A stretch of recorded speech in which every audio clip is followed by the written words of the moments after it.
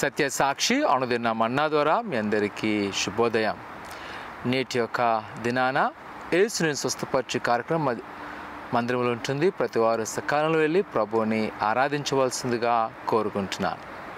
నేటి యొక్క వాగ్దానము 1 పేతురు పత్రిక 2వ అధ్యాయము 6వ వచనం.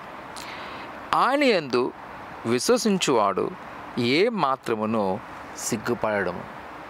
ప్రియ కుమార కుమార్తె, చాలాసార్లు మన జీవితంలో దేవుని యొక్క కార్యాల కన్నా ముందు ఎదుర్కొంటున్న శ్రమకాలంలో అనేక మంది మనల్ని హేళన చేస్తూ ఉంటారు. నువ్వు యేసు ప్రభు నమ్ముకున్నావు కదా, నీకేం జరిగింది, నీకెందుకు ఇలాగ అవుతుందని.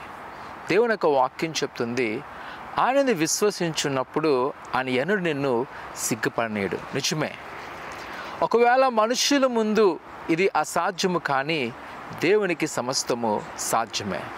నీ జీవితంలో నువ్వు అనుకోవచ్చు, నా వల్ల ఏమీ జరగట్లేదని. కానీ ఈ సమయంలో, ఈ బలహీన సమయంలో, ప్రతికూల పరిస్థితిలో ప్రభువుని యేసు యందు నమ్మకం ఉంచు. ఆయన మీద ఆధారపడు. ప్రభువు నీ పట్ల గొప్ప కార్యం చేయబోతున్నాడు. ఆయన యందు విశ్వసించేవాడు ఆయన సిగ్గుపడనీయడు. తన బిడ్డలను ఆయన హెచ్చించే దేవుడు. ఉదయకాల సమయంలో ఎంతో భారంతో ఉపవాసుని ప్రార్థన చేస్తున్నావా? ఆయన నమ్మకం ఇచ్చినప్పుడు సంగమా దేవుడు గొప్ప కార్యం చేయబోతున్నాడు. ప్రార్థన చేసుకుందాం. పరిశుద్ధుడా, ఘనమైన దేవానికి వందనాలు.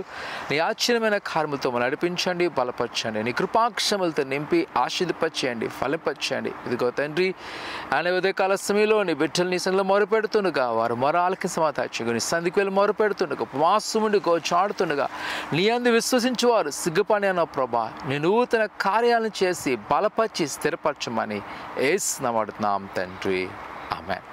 ఆయన నమ్మకించండి. ప్రభు మీ పట్ల గొప్ప కార్యం చేయను గాక. ఆమేన్.